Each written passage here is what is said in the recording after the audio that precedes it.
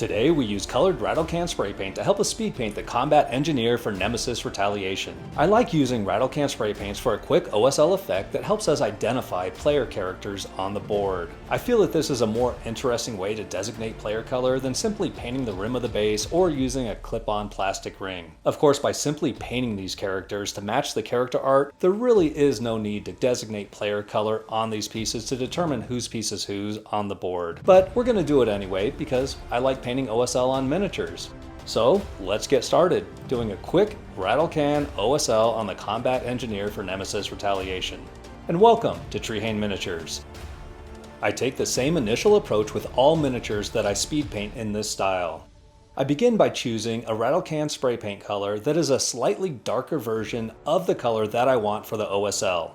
For this orange OSL, I'm choosing Rust-Oleum Rustic Orange. I spray this color directly over the black primer on one side of the miniature. I spray the back of the miniature from an angle that is a little above the miniature and slightly to one side. I try to do this on the least interesting side of the miniature. So for example, on this particular miniature, I sprayed the orange from the rear and slightly to the model's right. This is because the way that the character's body is positioned, I felt that more of the front side of the mini would be illuminated by the natural light if that light source was coming from the character's left, which means that the OSL will have to come from the character's right. Next, I use matte white to highlight within the orange spray paint area. I begin with some basic edge highlighting, and as the amount of paint decreases on my brush, I switch to more of a traditional dry brush application. I'm not too careful about how I highlight features within the orange spray paint area. I just want to make sure not to hit any of the surrounding black primer. This is basically what I've done in my half-chop videos, where half of the miniature is slap-chopped with a single color to simulate OSL. These highlights can be colored with the appropriate speed paint color, or I could use regular acrylic paints as a glaze so that it looks like bright reflected light.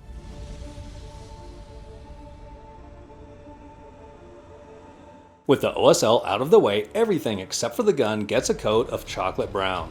Chocolate brown will make a great foundation for the engineer's skin, the yellow exoskeleton, and the khaki clothing. I initially paint the claw that's in the combat engineer's left hand yellow as well, but I changed this to match the gun later. After I painted the slap chop version of this miniature differently, it convinced me that this change was needed.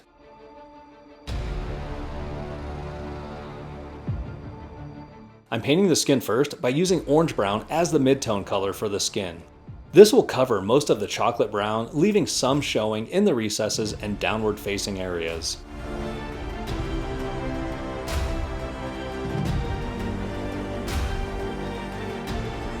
I follow up the orange brown with a mix of orange brown and ice yellow. This is my initial highlight color for the skin. I want dramatic lighting coming from the model's left side, so I work to build more intense highlights on the parts of the model that are facing up and to the character's left, or our right. The ultimate highlight color for the skin is pure ice yellow, and this only gets applied to the face. If you followed my heavy gunner painting tutorial, you've probably noticed that I'm using the same colors for the skin on this model as I did for the gunner. However, since I'm using the orange brown and ice yellow to cover more of the surface area of the exposed skin with this miniature, the combat engineer will appear to have a lighter skin tone than the heavy gunner. Here I used the orange brown as a mid-tone color, whereas with the heavy gunner I used the orange brown as an initial highlight color. This yields a slightly different brightness to the skin tone.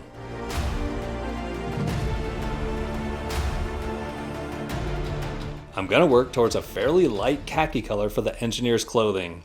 I begin by using a mix of chocolate brown and combat fatigues over the existing brown layer. This layer goes on with a very sketchy style. I do this because I want the clothing to have a dingy appearance, and having the chocolate brown layer visible haphazardly over the clothing as well as in the recesses should help accomplish this look. I continue the layering with combat fatigues, covering less area than I did with the previous layer. I'm painting this model from the inside out, meaning I'm painting the most recessed features first and then working my way outward. This is important on this model more so than other models because of the prominent exoskeleton. I don't see a way to paint the clothing within the frame of the suit without also hitting the yellow frame, so I'm saving that for last. To finish off the pants, I dot in some ice yellow highlights.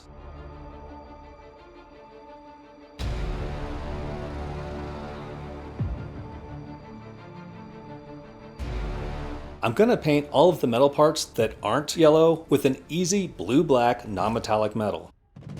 To kick this off, I base coat everything with a layer of, you guessed it, blue-black.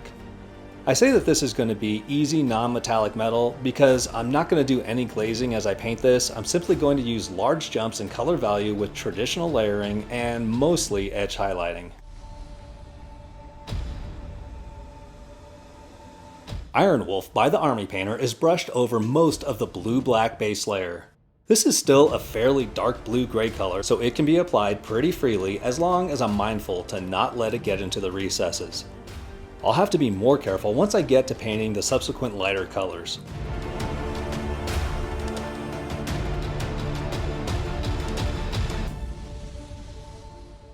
I choose Wolf Gray to edge highlight the metal components of the sculpt. I use the side of my brush, which is lightly loaded with paint, to drag it over the raised surfaces of the blue-gray metal parts.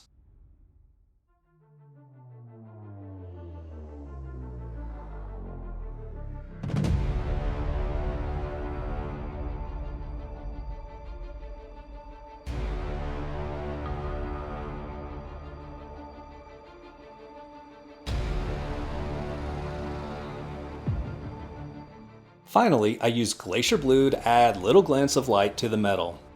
This is done sparingly and only on small portions of the metallic edges.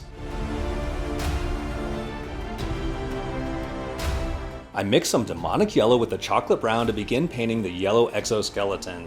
This is an important layer because this is what is going to help sell the idea that this is a dingy and worn piece of equipment without me having to resort to any weathering effects.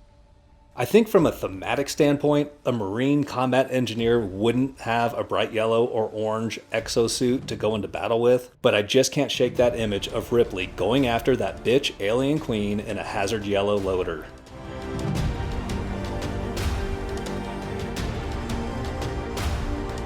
Next, I use pure demonic yellow. This yellow, like most yellows, is translucent enough that it won't cover the previous layer in one coat.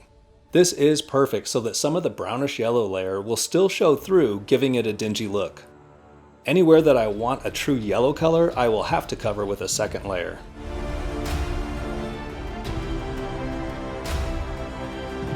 Ice yellow is going to wrap up the combat engineer's combat suit with a few well-placed highlights. I'm not showing the painting of the claw, or what I found out later are chains for the dog tags, because I changed my mind about how I wanted those painted after I painted the prototype version of this miniature. I show those items in the next step. I use the same progression of blue-gray colors to repaint the claw and the dog tag chains. Painting the dog tag chains yellow was an oversight on my part that became apparent when I was painting the prototype miniature. That miniature has crisper details that made it easier for me to determine what I was actually painting. I decided to repaint the claw the same color as the gun because I feel that it provides a nice balance to the piece that was missing when it was merely painted yellow. I don't usually go back and repaint parts of miniatures, but I felt that it was a simple enough fix in this case. And with that, we're done. I'd like to thank my channel members for supporting all that I do on this channel. You too can support me by becoming a channel member using the link in the description down below. Thank you so much for watching. Please hit the like button and subscribe to the channel to join our growing community.